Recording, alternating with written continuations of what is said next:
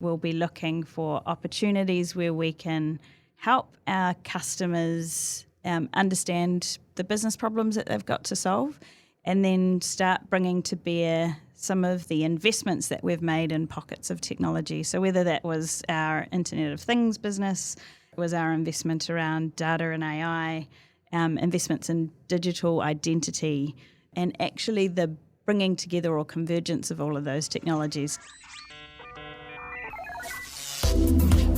The New Zealand Tech Podcast, brought to you by Gorilla Technology, proactive and strategic IT. Hey folks, greetings and welcome along to the New Zealand Tech Podcast. I'm your host Paul Spain, and today I have the privilege of two guests from Spark New Zealand. We have Renee Mataparai. How are you, Renee? Good to see you again. Great, Paul. Thanks for having me again. Yeah, and for the first time, Michelle Wong. Thank you for coming on the New Zealand Tech Podcast today. Thank you for inviting me, Paul. A big thank you to all our show partners, which includes Spark NZ. So thank you, Spark. Also, 2 Degrees, 1NZ, HP, and Gorilla Technology. Renee, maybe we can start with you. Just a little intro where you fit into this big wide world of tech and at Spark. Yeah, absolutely. So my role at Spark, I look after the introduction of new technology to Spark and its networks. So that includes things like the rollout of 5G across our networks. It also includes how we bring those new technologies to life for customers, whether it's through our Internet of Things business or some of the more future-looking technologies like slicing and edge compute, how we bring those to life for our customers. Always sounds exciting, the things that you get up to, Renee. And Michelle. Yeah, so I look after the IoT or Internet of Things team at Spark. We're a team that's focused on growing IoT adoption across Aotearoa, and we do that by providing connectivity services, but also a whole range of IoT solutions as well. It means we get to work with quite a lot of different customers and partners across all sorts of different industries. So that keeps things quite interesting, I think, on a day-to-day basis. Yeah. Oh, that's great. Well, thank you both for joining the show today. We'll start with sort of delving into a little bit of the current news that's going on in the tech world, and then we'll have time to delve deeper into what's happening at Spark from that IoT or Internet of Things perspective, and also the broader 3-year strategy that's recently been announced by Spark New Zealand. So to start with, wanted to delve into what we've heard from the government with the budget. They come around and make their announcements, and of course, I don't think it's unique to those involved in the broader technology world, but we're generally never satisfied with whatever a government does. So I'll just put that on the table, and it won't matter whoever the government is. Next time a budget comes around, it'll be the same. But look, I think it's encouraging to have this announcement around the 20% rebate for games development studios. That's certainly something for New Zealand companies to not lose too much to Australia, where they're so heavily incentivizing game development studios to set up there if they haven't already, or to have as many people as possible in Australia. Yeah. Rather than New Zealand or other markets. I think it's definitely a positive. The question is it enough? And I guess that's the big question.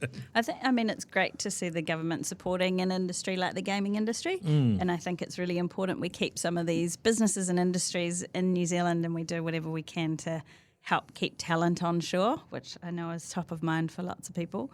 So it's a great move in the right direction, but it'll be great to see more. Yeah, and there's no denying that gaming as an industry is rapidly growing, right? I spend quite a lot of time at home negotiating with my 10-year-old, how much time he should be spending on Xbox, and, same thing with his friends and parents. So, these are the people that are going to be earning their own money and paying bills, in 10 years. So, there's no sort of denying that, that industry is going to keep growing. So, the question is, how do we best leverage that, and how do we keep some of this talent, in our country? Yeah. And it's a mix of talent, isn't it? It's not all about the technological talent. It's that pairing of innovative thinking and technological know-how and the creative that has enabled New Zealand to be such an important part of the filmmaking sector. And you really, in many ways, you've got very, very similar types of talent that are required in that space. Although, we're told that the amount of revenue from gaming is so much bigger than film and TV, which is really interesting. Yeah, huge potential. Yeah. I think the really the interesting thing I found in the government's announcement was around their focus on reskilling, and in particularly around the diversity of workforce. Yeah, that's really cool. Yeah, it's one of the big focuses for us at Spark, but it doesn't feel like the kind of thing you can solve as a company by yourself. Yeah. It's something we need to do system-wide. So that was, I thought, a really cool feature of what they put out. Yeah, so they're talking about it as sort of an apprenticeship sort of, type model where, employers are, I guess sort of part funded to, to bring new people into the sector, right? Paid internship type model for particular technical skill sets. Yeah, and I think having a stronger pipeline for talent is, got to be good for the future of our tech workforce, right? A lot of it starts there. Yeah, actually encouraging the next generation to get interested in going into tech careers, I think, is one of the big things we all need to work out how we can do. Make it as exciting as being a social media influencer. And YouTubers and these sorts of things, exactly. right? So and that's certainly part of the challenge. And I've been noticing recently, I'm hearing more and more, particularly from parents that are wanting to, discuss what direction, should we nudge our child? Should they be going off to university? Should they be going to a specialist institution that's focused in a particular area? Should they just be getting into the workforce and getting started? And it's actually reasonably challenging to work through that. And I think we do need more options. When it comes to enabling employers to bring people in that don't necessarily have all the runs on the board. And it might be that it's folks that are reskilling. They've been in another area, but actually they're very keen to move into one area of tech or another, cybersecurity or what have you. So I think that's really encouraging, and it'll be interesting to see how it actually plays out ultimately. Yeah. Now, another thing on the local front that's happening, and we heard about this some time ago, is New Zealand banking. I guess not necessarily the banking system. I guess, in a way it is, in a way it isn't. But we've had this limitation for I don't know, ever since I can remember that that we've been digital at least. And prior to that, I guess the limitations were even more. Where when you do a transfer from one bank account to another, that was always limited to a Monday to Friday type thing in terms of seeing or the recipient seeing the funds that you had transferred to them or paid to them. Whereas, with this change that comes into play this weekend, when you do those transfers for the large majority of banks, they're going to happen 7 days a week, including public holidays. Yeah, so, 365 days. Yeah. I mean, you mentioned it before we started, Renee, around why we've been waiting. What's been the problem? The banks have caught up. I guess there's probably all sorts we could delve into, and it might be time to have another guest in from the banking sector to get some insights into what's happening in that world and that side of things. So if we've got anyone listening, and we have had listeners on from the banking world in the past, but if we've got anyone listening that is in that sphere and you think you would like to contribute, then definitely get in touch. otherwise I'll certainly be going out and finding someone over the next little while to fit on that front. But I think it is a good thing. One thing I did notice that Kiwi Bank don't seem to be playing ball. So they're saying that their payment processing times will remain the same after Friday. So I don't know whether that's because they've already been doing processing outside of business hours, but I think what I read suggested that they were business days only, and they're going to be sticking to sort of the Monday to Friday. So Interesting. Public holidays and weekends will remain kind of off limits for from their perspective. So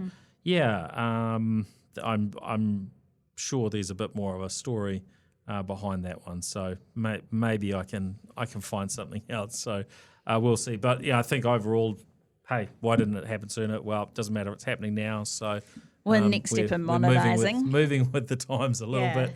There is still a window there from midnight to 9 a.m. or whatever it is across the different banks there where things won't necessarily move around. Although that said, I have seen payments come in at, very strange hours of the morning, where 5:30 in the morning or something, where a transfer happens. So I'm guessing those are maybe sort of pre-scheduled automatic payment type things that are kicking off, and maybe that's staying within. It's from one bank to the same bank for those just to happen instantly. And, a lot of us do our tasks in the weekend after work hours in terms of sorting out budget and, admin stuff around making payments. So, that's pretty useful. Yeah. Yeah. Now, I guess part of the picture here that we see impacting our banks is if they don't move with the times, then, of course, others come in and eat their lunch, right? So there's probably... I'm picking here the motivator has been that there have been new players that have come in, not just into the New Zealand market. They've probably a fair bit of looking to what's been happening, on a global basis. But we've certainly have looked at some of those newer players whose intent is to a degree to disrupt the traditional banking sector, and so you can. Well, New you can Zealand's imagine got that's some part of great it. examples of those disruptors with things like Sharesies, etc. Cool to see some of those new business models coming through. Yeah, well, I have noticed with the likes of the share trading platforms, it does seem to take, if you do a deposit, it's not super fast for the funds to sort of to show up. Yeah. So yeah, maybe they've got a little bit of work to do in their technology systems, or maybe I don't know, maybe it suits them to delay. Maybe there's some sort of verifying the funds are really there before they go out and allow you to deposit your funds in different stocks. So that's certainly one aspect of it. But we have seen that some of these sort of new wallets, and I'm trying to remember the one of the ones that we featured on the show a while back, Dosh. Yeah, so part of theirs was you can move money around between individuals, and you don't have those delays because it's between wallets. And we've also seen, I guess that transfer of funds internationally. It seems to have become a lot more competitive with New Zealand banks. So therefore, the temptation to use other providers isn't as great. Or at least it looks that way. So maybe I'm not sure how deeply I've gone in and looked at that, but I know when doing international transfers, there used to be I don't know what the fee was, maybe $15 or $25 fee with the bank to do it, and I'm pretty sure with ones I've done more recently, those have gone.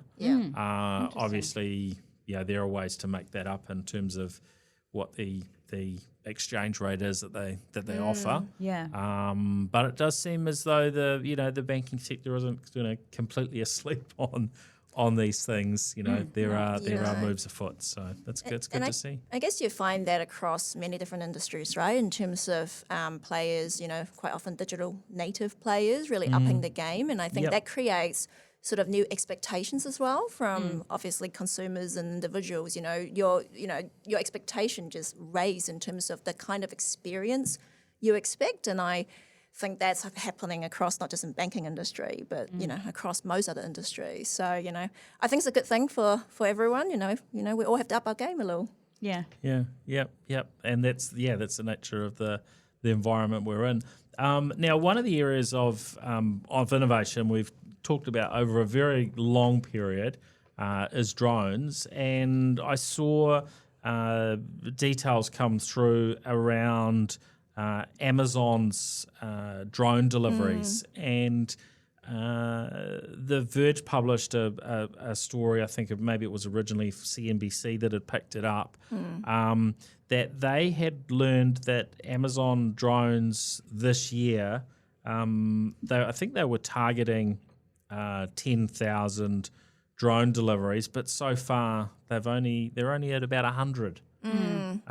So that's quite fascinating. That they just haven't really sort of solved whatever challenges there are to start scaling it, because there's a fairly big difference between 100 and 10,000, and look, maybe that will come further down the track this year. But that sounds like a very kind of manual type of delivery if you're doing 100 deliveries in well over 100 days sort of thing. Yeah. Whereas especially for an organisation the size of Amazon. That's true. Right? That's true. It must be just the tiniest percentage of their deliveries. They account for such a big percentage of e-commerce in the US, right? It's kind of mind blowing. And interestingly, there are others that are making a bit more progress. Walmart apparently have completed over 6,000 deliveries across 7 states in the US.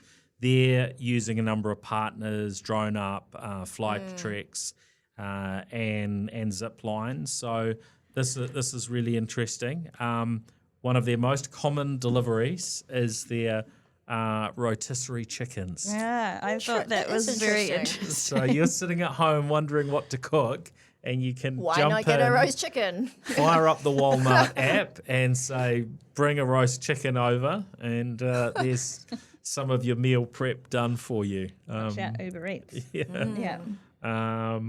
But I mean that sort of makes some sense for something like that. If you've got a drone that can carry a reasonable amount of weight, it sounds pretty handy. I think a lot of it comes down to the regulatory environment around how space is treated and how and where the drones can fly, right, for how much it'll be able to scale. So I think it'll be an interesting space to watch. I can't imagine it taking off, pardon the pun, too quickly.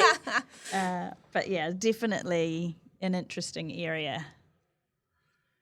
Yeah, and look, I think it is fascinating just to watch these things that seem to make a reasonable amount of sense. Obviously, there's challenges, from a regulatory perspective, which are usually going to be tied up to safety, really more than anything else. Yeah. And you think, well, hold on, these things have been under development for a fairly long period of time. Yeah. Surely either they give up and decide we can't do it, or they find a solution. But there's a level here of the autonomy piece, right, which crosses over into autonomous vehicles as well. Yeah. And, from the outside with, look, putting something up in the air must be so much easier than, driving on a road. But, I guess, actually you've got another, axis and a way to deal with, because the vehicle, the vehicle's going up and down. Three and directions you don't rather want than to be two. flying over an individual and then dropping something on their head and so on. So, I guess it's another one of those hard problems, but I think it will be solved. How it's solved and how it ultimately lands whether we end up with lots of small buzzing drones flying around, which probably we're mostly not super keen on. Yeah. Other than when you're at the receiving end and you're like, yes, I'd like my delivery and I'd like it right now, thank you. Yeah. But yeah, so what the mix is of where drones end up getting, getting that big adoption. I mean, we're sort of looking at it in a broader category of remote operation vehicles, and so whether that's autonomous vehicles, whether it's drones, whether it's remote delivery bots on a campus, actually those are one of the classes of things that we see being connected much more frequently in the future, and I believe that it'll come down to the platforms that they sit on that manage and control their actions over time. Yeah, we have seen, probably just about everybody has seen an image of the Domino's driverless, probably the drones, but also the driverless vehicle. And the robotic dog delivery. as well. Yes, there's a few of these things. Now, for those that haven't caught it, I did an interview last year with the Kiwi co-founder of Neuro. Neuro is a Silicon Valley company that's heavily into the robotics, and those images that probably all of us have seen of the vehicle that drops off pizzas and other things. That is, as I think, a Neuro vehicle. Cool. So for those that are interested, we had a really good chat with Dave Ferguson, Kiwi up there in the valley, and they've done really, really well. I think over $2 billion US dollars of venture capital sort of funding to date, and I'm sure.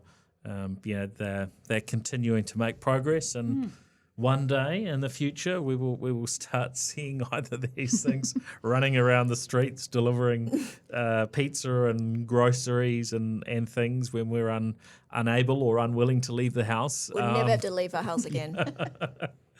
Yes, I think there's some movies about that, and I'm not sure how well that plays out if we get to that state. But anyway. Now, time to delve into what's happening in the big world of Spark. Where shall we start? I think maybe a little bit around the new 3-year strategy, Renee. Yeah, sure. So for anyone who hasn't heard, we recently announced our upcoming 3-year strategy. So we're just coming to the end of the last 3-year strategy. I think relevant for this podcast, there's a real focus for Spark in the coming 3 years around how some of these high-tech solutions and how and actually the bringing together or convergence of all of those technologies to create solutions to problems is a big focus for us moving into the next 3 years. Underpinning that as well as we see an evolution in technology as we move from our current 5G network, which is in a configuration called non-standalone, a bit technical, but it effectively uses some of the 4G network as its base, as we move into what's called 5G standalone, which now shifts to a 5G core or 5G brain, essentially. We start to unlock some of the future technologies that 5G always promised it would deliver. So things that I mentioned at the start of the podcast around network slicing, where you can create slices of the network that you can tune perfectly to a particular use case.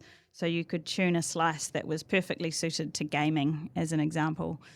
You could tune a slice that was perfectly suited to public safety and high resilience and redundancy. But you could also tune a slice that was a private network for an organisation or enterprise. So using some of these new technologies, rather than coming at it from the technology first, we really want to flip that around and come from the customer back. Focus and understand what customers need and what the problems are for New Zealand to drive productivity, sustainability, and then how can we help to bring these technologies to help solve problems. Now, one thing that a lot of people will have been aware of and curious about was Spark Sport. It's all kind of, finished up.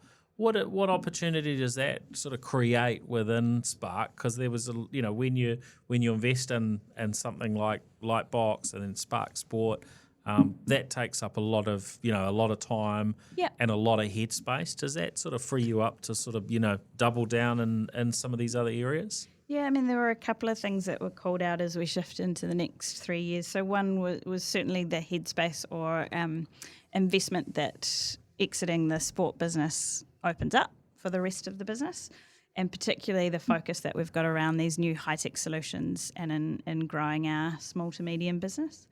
But the other thing that we did last year was actually selling off some of our non-strategic infrastructure, so the tower deals that were in the news last year. And what that did was it really identified that our cell sites, or the poles that make up the cell sites, weren't strategically important to Spark. And so we were able to sell those to an infrastructure provider who's best placed to make sure that they are managed and maintained in the best way. And that then gave a whole lot of proceeds which have been tagged as growth investment for Spark moving forward.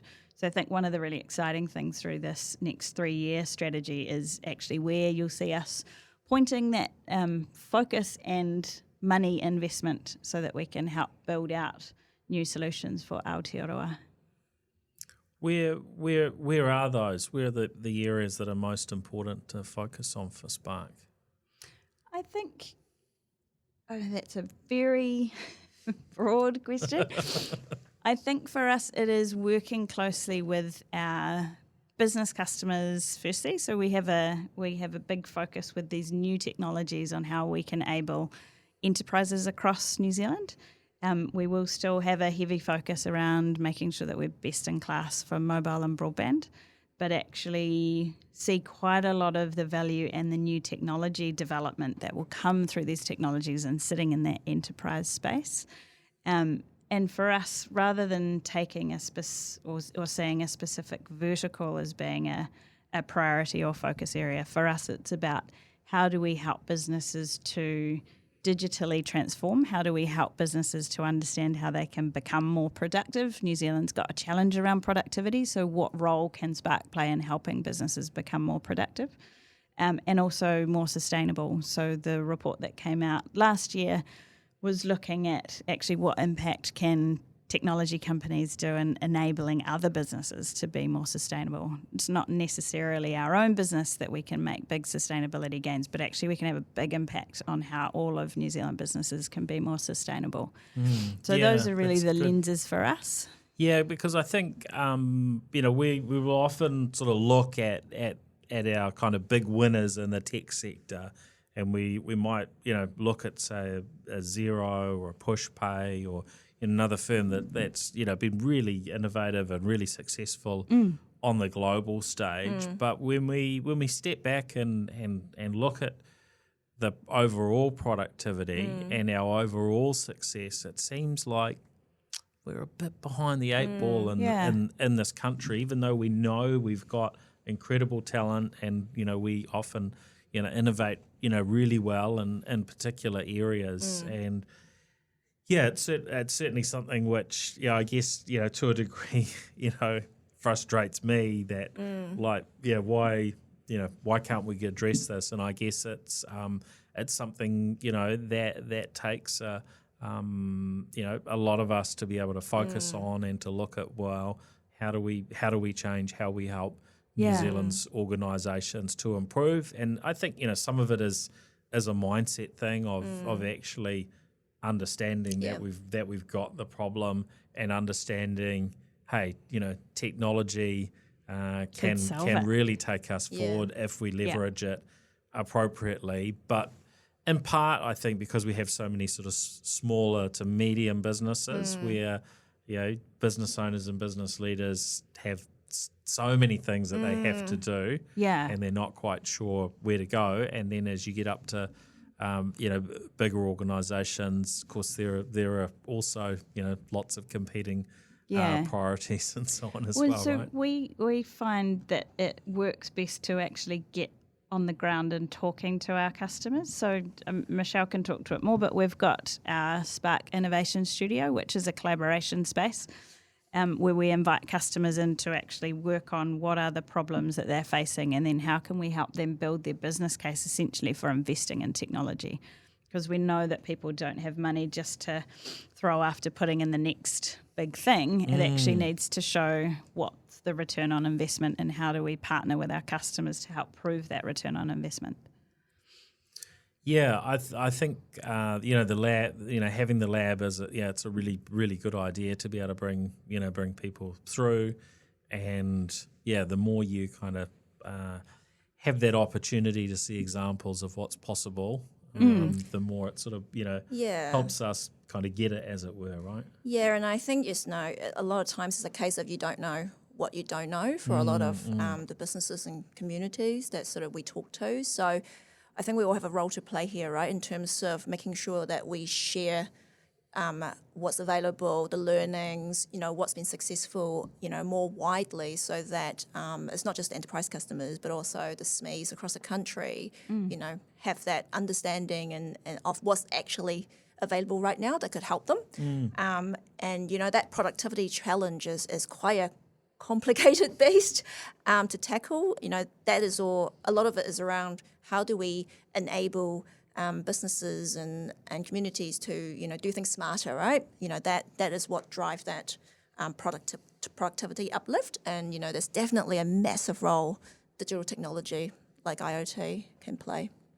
Yeah, and I think one of the things I've noticed, and I can't remember what the example was recently, but we get so used to the sort of status quo, and things are changing all the time. I'm sure if you were to delve into some stats around Spark's networks, whether it's IoT or across the board, like how the capabilities, the usage and so on, these things have just kept growing at somewhat an exponential type of rate, but we don't always kind of just take on board how big all these different changes are when we add them up together in terms of what's now possible with IoT, what's now possible with the latest infrastructure, what's now possible with artificial intelligence, and then you bring all these things together, and there's all sorts of new possibilities, but we might, in a lot of cases, haven't really changed dramatically from what we were doing in an organisation, say, X years ago, right? When a big part of it is making the technology accessible, so you might talk and inspire about a quite large technological change, but actually then it's about bringing it back to what's the one thing that you could put in place now that'll show return. So, it's all taking those small steps. To give you a sense of scale in the Spark IoT business, we're very proud that we surpassed the 1 million connection milestone at the end of last calendar year. So that was the connections up 39%. And revenues were up 21% year on year as well. So we're seeing a huge amount of growth. Definitely well exceeding the million connected things out there now. Wow. And it's growing fast. And so break that down for listeners as in terms of, what does that mean? Are these, what sort of things are connected, and how are they connected? Yeah, I mean, Michelle's got some great examples. Yeah, so I guess for listeners who may not be as familiar with the technology of IoT or the concept of IoT, so IoT is essentially about using a lot of different sensors to sense, measure, collect a lot of physical data around us, data that is really critical for decision making, but also quite often data that is not measured and collected in the best way that makes it easy to use, or in some cases they may not be actually measured and collected at all. So, some examples being, for example, location data. So if you were a business owner, you've got a really expensive equipment, you probably want to know immediately if that equipment goes missing so you can do something about it and act on it, right?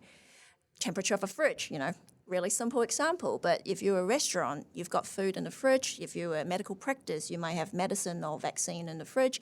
Again, Body you would parts. want to know.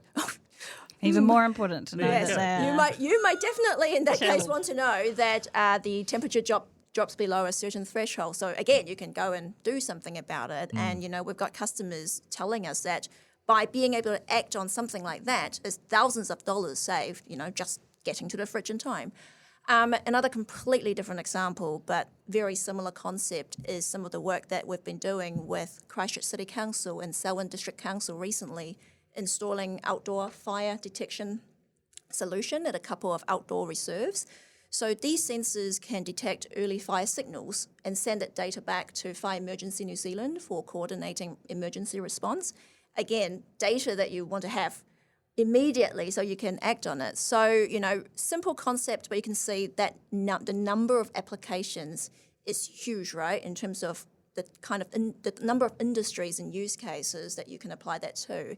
And I think that underpins a lot of that growth that Renee just mentioned in terms of why we're seeing such an accelerated growth of adoption. And I guess, for us, we've spent the last 3 years, working with a lot of different customers, helping them deploy these solutions and seeing some of the benefits that they can immediately get, which talks to, Renee's earlier point around it's really important for us to work directly with customers and communities to kind of go, hey, what are some of these problems you're having? And, is there any data or insight that if only you could have at your fingertip that would make a complete difference in terms of how you operate your business or how you go about protecting people, environment. And I think the really exciting thing is once you can service up some of this data, like there is a lot of people with a lot of creativity and, they could do a lot with this data that we may not even be able to, dream of just yet. Like the fire detection solution that I just spoke of. So that comes with a app that you can download, so anyone in the public can download the app, where you can see the environmental data that is recorded by the sensor. So things like, weather condition, pollen count.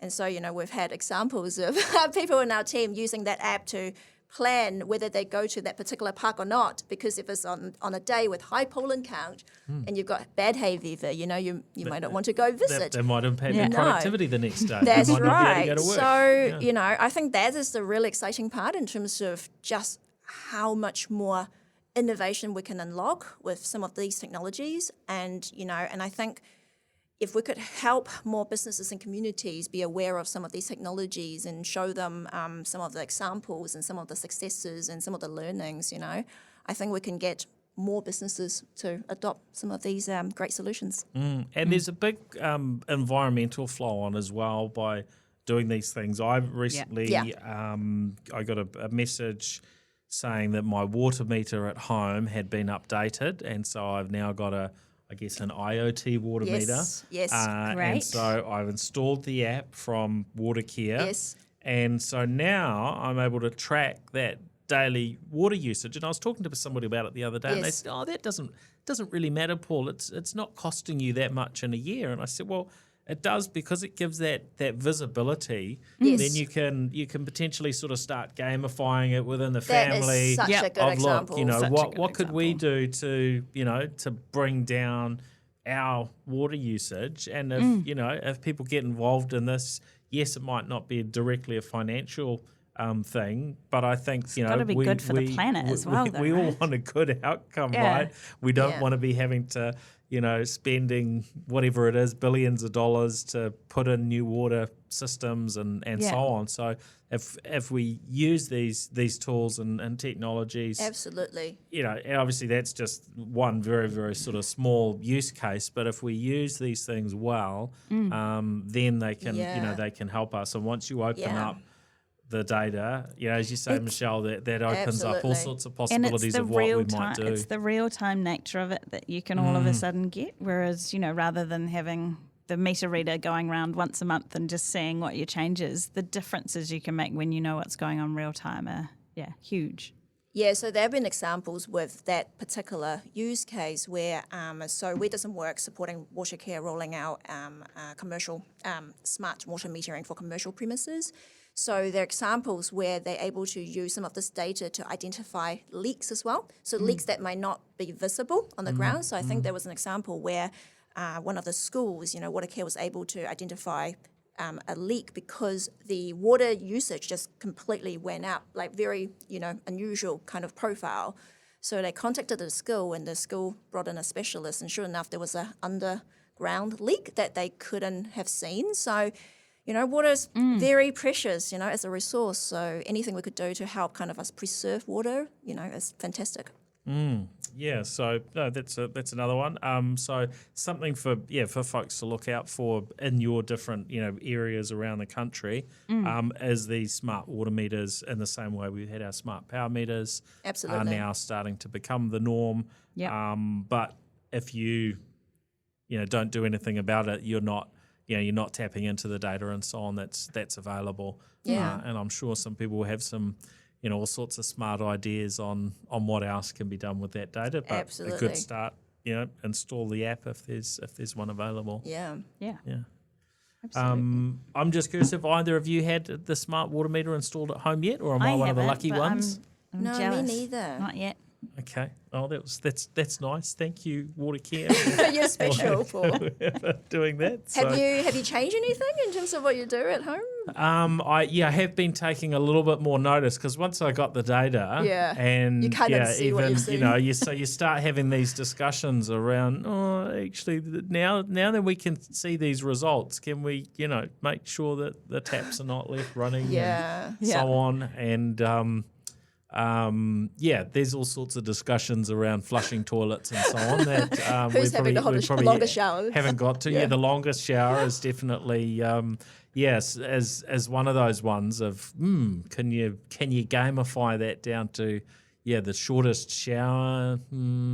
There's sort of pros and cons of these things. I'm curious. So right? how often do you actually look at it and check water usage? I looked initially when I first got it, and then I probably every couple of weeks or so since is just have a little bit of a look. But I guess potentially these things could be, and this is where sort of the innovative thinking comes through, is okay, what do we do with that? Do we sort of is there a way that you can I don't know crowd share data, compete against other people, or I mean, if nothing else, it's just sort of competing against yourself and thinking around, well, what can we do to make a difference? And look, when I don't think in a position right now as to where we were, not so long ago, where it was like, there's not enough water to go around Auckland potentially, and so on, as the reservoirs were running dry. Yeah.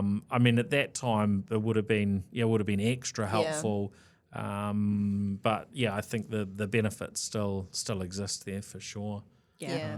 But if you could start sort of sharing data in different ways, and I don't know, one community versus another, I don't know, I don't know quite how you would do that, but Like the future of Top Town. then you want the sort of meter within your home so you can work out, okay, this shower at this time and things like that. So it doesn't quite go down to that granularity. I think it's maybe every 30 minutes or something that it. I just think it's so fascinating in terms of what you can do once a lot of this data become available and shared more widely with public. And I think the only way to, I guess, influence behaviour change is by somehow using this data to really engage people. Like, it has to mean something to them. Like, they have to understand what this means. Hey, maybe I should take shorter showers. Maybe someone in the house should take shorter showers. Or, maybe there's a leak in my house because that looks very strange. Yeah. I think that's a really important point. A lot of the stuff that we're doing at the moment is surfacing the data, but you get the value when you take action from the data. And so that's really where we see the next evolution of this going, is how do we take actions? Yeah. And I guess, we do have to think about data privacy and some of these other aspects. I think, probably most Kiwis wouldn't be super comfortable if next minute we've got sort of some sort of social scoring system, and it's like, oh, your shower was too long, so sorry, you got to walk to work today. You're not allowed on the bus or something, right? It's so we'll have to keep a bit of balance around how the data moves around and what it gets used for, right? Goes hand in hand with strict sort of data privacy policies and processes that we all need to adhere to. Yeah. And I think what is good is seeing the data being shared for public good for things like in the forests, where actually if we're capturing data about weather conditions that's in a public area, then why not make that available to the public? Because there's more good that you can get out of it. Yeah, definitely. And I guess that's where it will vary as to what should happen with the data. Yeah. Yep, absolutely. That's good. Anything else that we should delve into, IoT or otherwise? Because there's a lot going on within Spark. Actually, you must answer the question. Satellites. What's happening with satellites? Satellites. Because we had a few announcements. Apple. Yep, well, probably everybody Apple. except for it's not been silence from Spark, because I think there's been an indication that that something's happening in terms of satellite to mobile. Where do you see that sort of playing out over the next couple of years or so?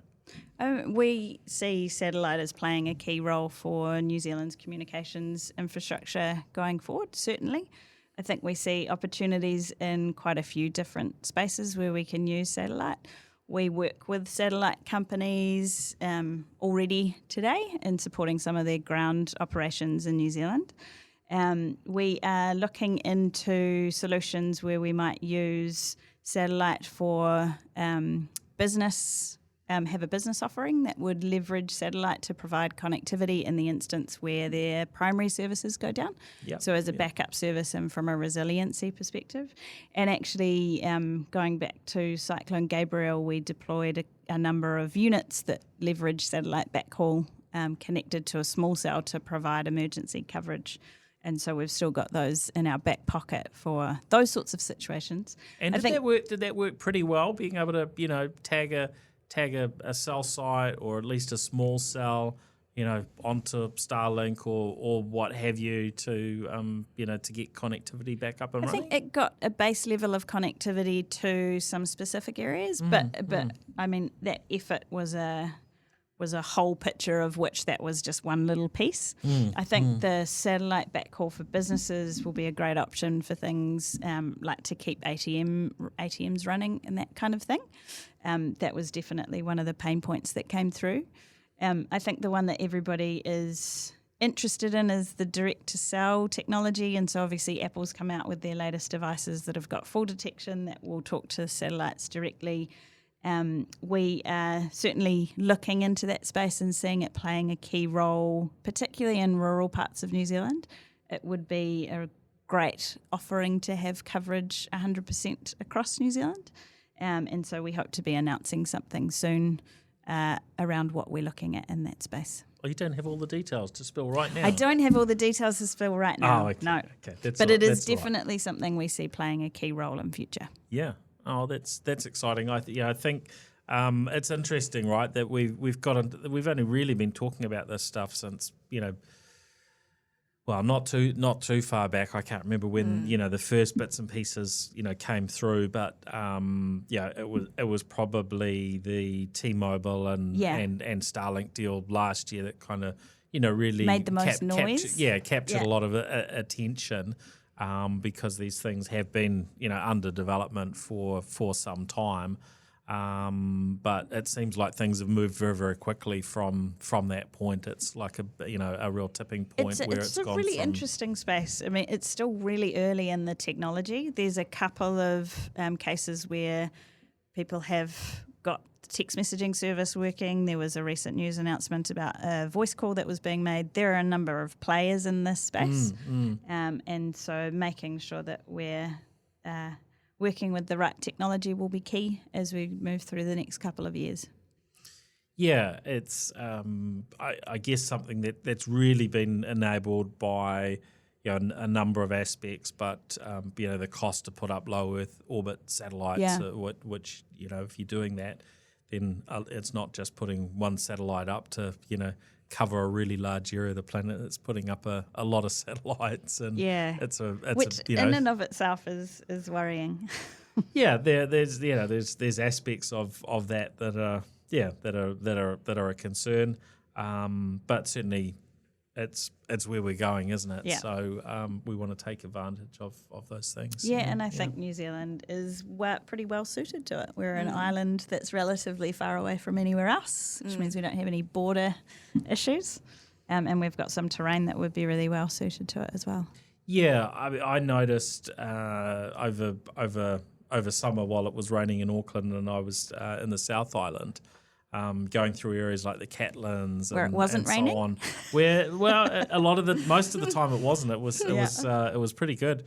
Yeah, there were these pockets, as there has been for a long time. But there were pockets where it's like, oh, I'm out of coverage, and it wasn't necessarily just for 1 or 2 minutes. Times quite long periods of time.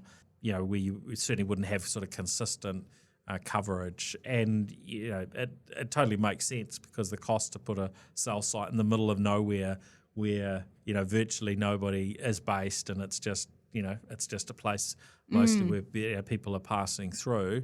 That's pretty challenging. So I think the opportunity to get to that sort of in theory 100% coverage, I'm not quite sure that it's ever kind of 100%, because there are places that are going to be blocked by trees and hills and absolutely. and so on.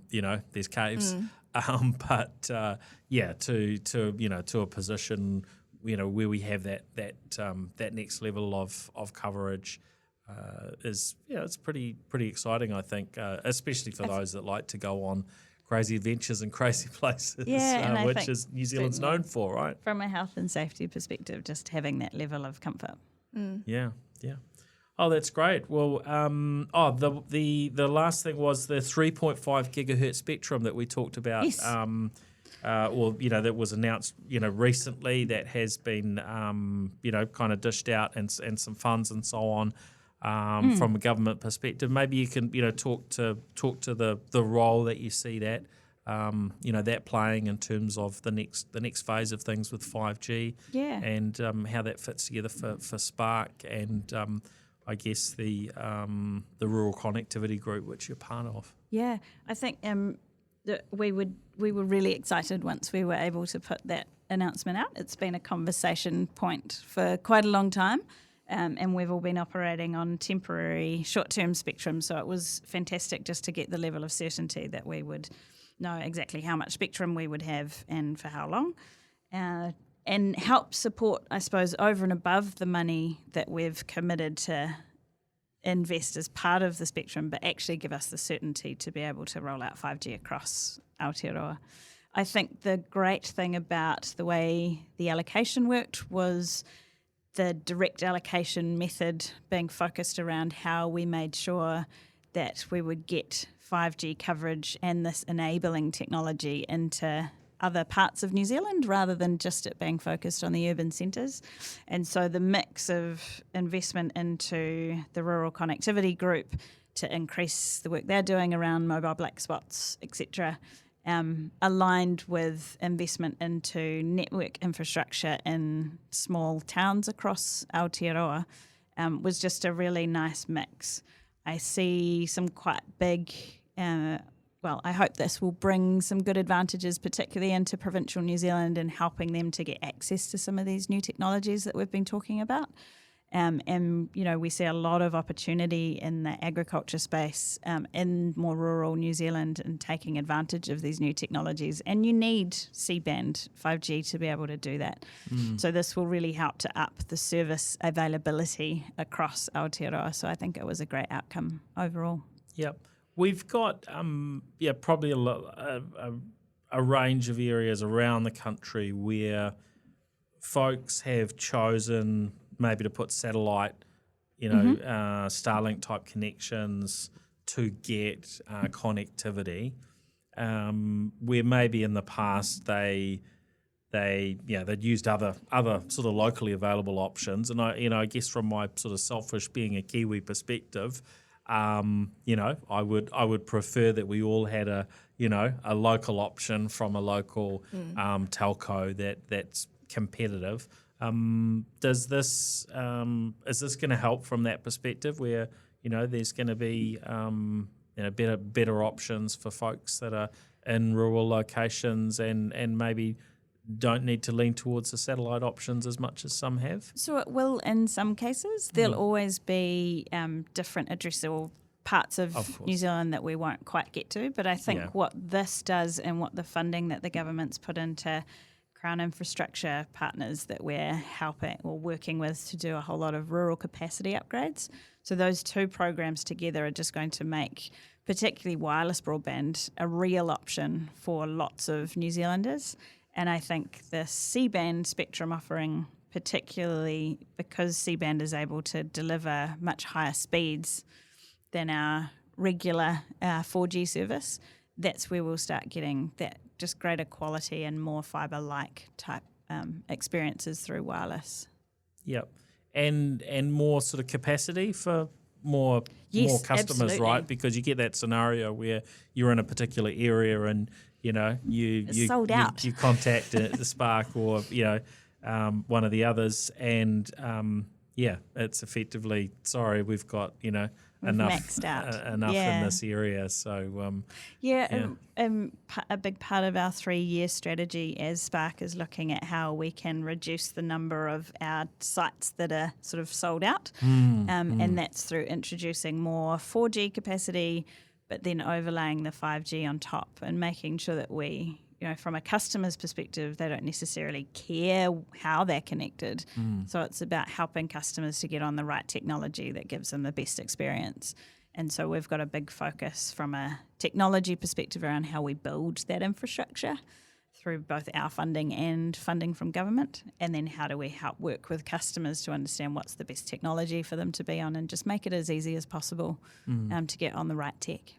Is there somewhere where folks can go to find out what's coming to the area and they can get a little bit of a handle so they're able to, to plan ahead, whether it's to be at the front of the queue or what have you, just to get that understanding of what upgrades may be coming?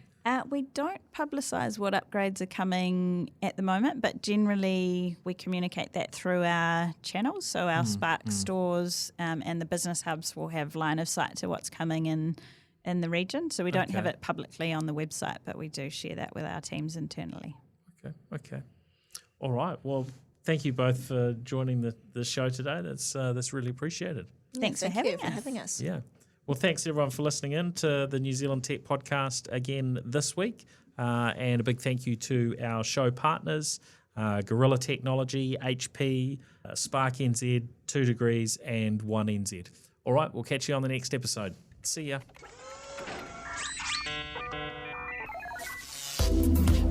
The New Zealand Tech Podcast, brought to you by Gorilla Technology, proactive and strategic IT.